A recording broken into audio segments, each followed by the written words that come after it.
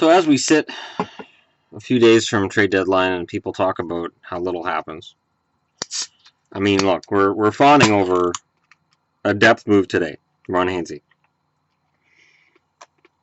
because it's a move. Same as Michael Stone going to Calgary, depth move, but it's a move. Matt Bartkowski signs with Calgary, it's a move. And I haven't really mentioned the Bartkowski thing. I liked him in Boston. I thought he was better in Calgary than he was in Boston. I think he'll be better in Vancouver than he was in Boston. I think he's a good addition for Calgary. That being said, it's just probably for the last 20 games of the season, and then he's probably out of there. But let's look back.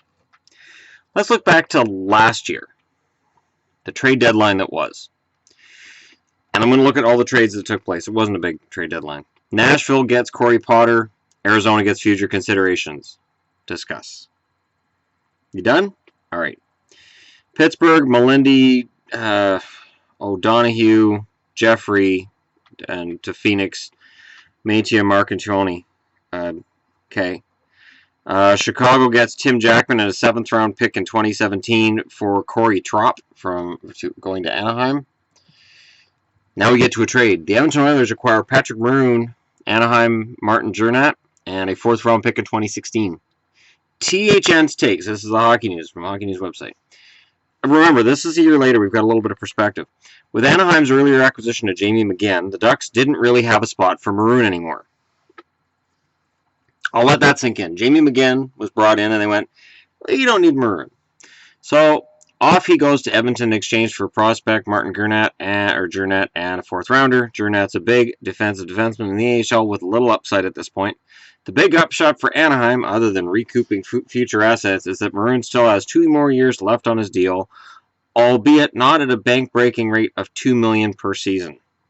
Now that they're clear of that commitment. On the other side of the ledger, Edmonton gets a burly forward who can score a bit and definitely fight. Given how much finesse the Oilers have up front right now, a little snarl is not a bad commodity, and the fact Maroon is signed for a couple more seasons is nice insurance for Edmonton, which still hasn't become a free agent destination, so the Oilers get something for very little. The Oilers won this trade a lot, but Anaheim wanted to save themselves $2 million. Okay. I'm not even going to get into that one. I have a big take on that one. To Anaheim, Jamie McGinn to Buffalo, conditional 3rd-round pick. THN's take. This was a nice all-around trade for both teams involved. The Ducks are a heavy team that just got heavier with McGinn, a hard-working two-way player who can also chip in on the offensive end. Considering how good Anaheim's forward core was already, this is the icing on the cake for a team that has been on fire lately and is trending the right way with the postseason on the horizon. For Buffalo, the return of McGinn was nice. He's an unrestricted free agent this summer, and although it was a nice fit for both the Sabres franchise and the player, who knows what would have happened when the open market called. Instead, the Sabres get a high-ish pick to add to their already stacked arsenal of selections in the next 2 drafts. The condition on the pick is that the 3rd becomes a 2nd if Anaheim wins 2 playoff rounds. Didn't happen. And McGinn suits up for half those games. That's definitely plausible. It's going to be a fun time for Sabres brass, especially since Buffalo hosts this draft this summer. So there you go. Jamie McGinn, huge signing of Anaheim. They're gearing up. They're playing really, really well right now. It's big time. This is why when people tell me, oh, my team is playing really well right now, why aren't you taking them seriously as a playoff Stanley Cup contender? Because this happens every year. There's always teams that are hot before the trade deadline. Some of them cool off after the trade deadline. Some of them are hot right through to the end of the season, and then a playoff round starts. And now, instead of meeting 29 different teams, you're meeting 1. I have to beat them 4 times. The psychology of that is completely different. Completely different. That's not important. That's not important. And try to get into... Here we go. Anaheim, Brandon Peary to Florida, 6th-round pick in 2016.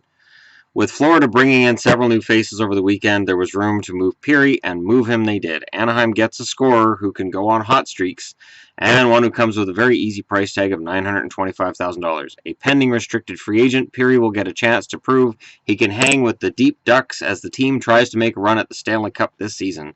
though he is still on the shelf with an ankle injury at the moment. The price for Pirri was not steep, as Florida only garnered a 6th-rounder in return, but given the depth the Panthers have right now, is worth getting something for the shooter. And this is a guy who's been a healthy scratch for the Rangers lately.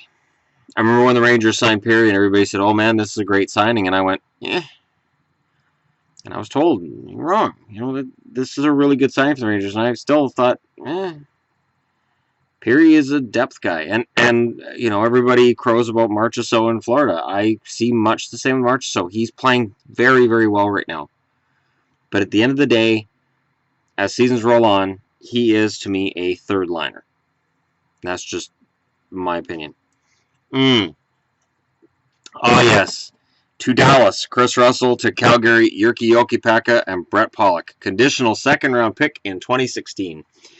THN's take: after getting out of the gate as one of the best teams in the NHL, the Dallas Stars have flagged badly of late, winning just 11 of their 24 games in 2016. Oh, and it got worse. Much of the reason for that is they skate very well and move the puck really well and can score with the best of them, but can't defend, and their goaltending has been suspect. Isn't that news? This was a year ago. And people say, well, Jim Nill didn't really know that it was this bad. This is an article from a year ago. He did know. Everybody knew.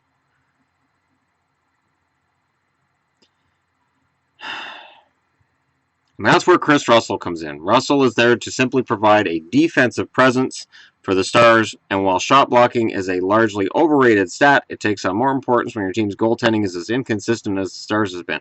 I take issue with that. It's been consistently bad since before this article was written a year ago.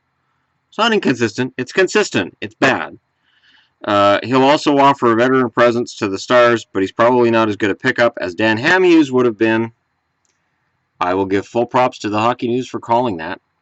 In addition to the 2nd-round pick, the Flames get 2 players under 25 in Jokipakka and Pollock. The former is a player who could become the kind of defensive defenseman Russell is for them now. I would argue that Jokipakka is better. And the latter is a future point-per-game player. The latter is a point-per-game player in the Western League in Pollock, who was the Stars' number 9 pick in THN's Future Watch. The conditional 2nd-rounder becomes a 1st-round pick if the Stars make it to the conference final and Russell plays in at least half the games. That didn't happen. That just didn't happen. Oh, and I remember everybody going nuts over this one too. Colorado gets Michael Bodker in exchange for Arizona getting Alex Tanguay, Connor Bleakley, and Kyle Wood. Colorado is taking its wildcard position in the West and running with it, as the Avs acquire the speedy Michael Bodker from Arizona. Bodker brings a nice two-way game on top of his skating ability, and it's fun to think of what could be done on a line that burners such as Nathan MacKinnon and or Matt Duchene, or do on a line with burners such as McKinnon or Duchene. The left winger will be a free agent this summer, so he may end up being a rental, but at least Colorado will get a chance to convince the 26-year-old that Denver is a fun place to make a living for more than just part of a season. In Tanguay, Arizona gets a highly experienced veteran who will also be a free agent this summer. Was Tanguay simply salary cap ballast in the deal? Perhaps, but the Coyotes can at least give him a look. Naturally, the futures are the key to Arizona's haul here. Connor Bleakley has had an up and down junior career with WHL's Red Deer, and he's currently on the shelf with a fractured kneecap, but is expected to return close to the playoffs. Red Deer hosts the Memorial Cup, so Bleakley will get a chance to play for the CHL crown. Bleakley was number 8 on Colorado's Future Watch this year, down from number 3 in 2015. As a prospect, Bleakley is known for his scoring touch. In Kyle Wood, Arizona gets a 6'5" blue liner with offensive skills, currently playing for OHL North Bay. He was not listed on Colorado's top 10 this year, but he has some promise. So it's interesting to see the pieces that went back the other way. At least I think so.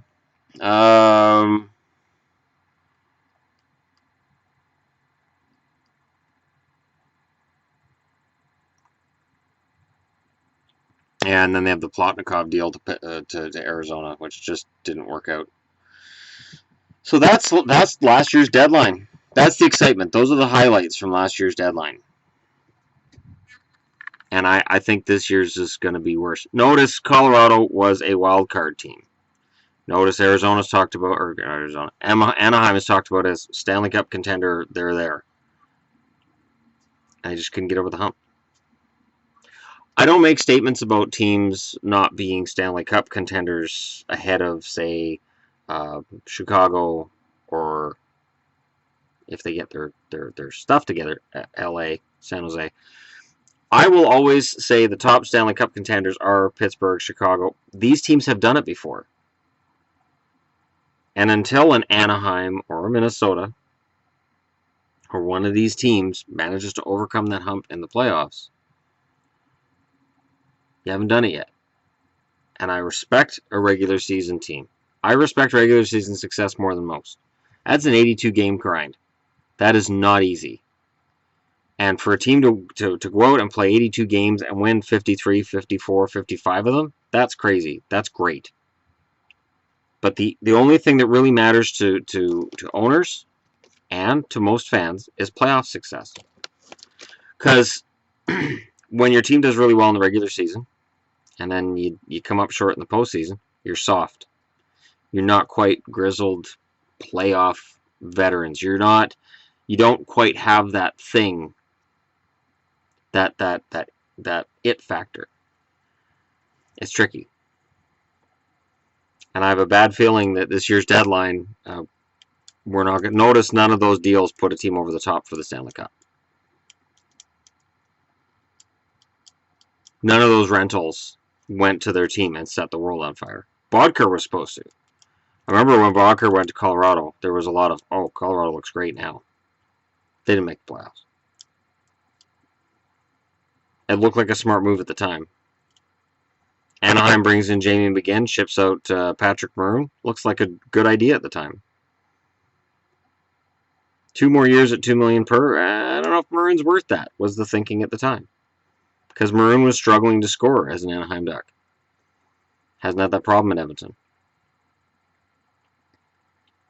So, it's a tricky time of year. Let me know in the comments below. The trade deadline deal that you remember thinking it was a big deal and then it wasn't. Because there have been a few. I remember as a Canuck fan being excited about defensemen coming in. Weinrich and Brown and Keith Carney. And all of them flopped. Every last damn one of them flopped as a Canuck. And it was heartbreaking knowing that the team had spent basically every draft pick they had to fix a blue line that desperately needed it, just to watch it flop after the trade deadline. Not one of them played well. And it was too bad. And it was that trade deadline that cost Dave Nonis his job later. Because those future assets that he gave up, who knows what they could have been. Who knows? All right. Thanks for watching. I will be back with more later. I will be discussing tonight's action because there's been some very good hockey. Low scoring, but very good hockey tonight. And it's worthy of just some discussion once the games have been played. So thank you very much for tuning in. Don't forget to hit like and subscribe if you're just browsing your way through. And I will be doing more on trade deadline related items.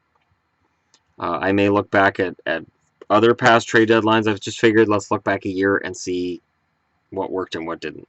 Thanks for watching, and I will talk to you all again soon.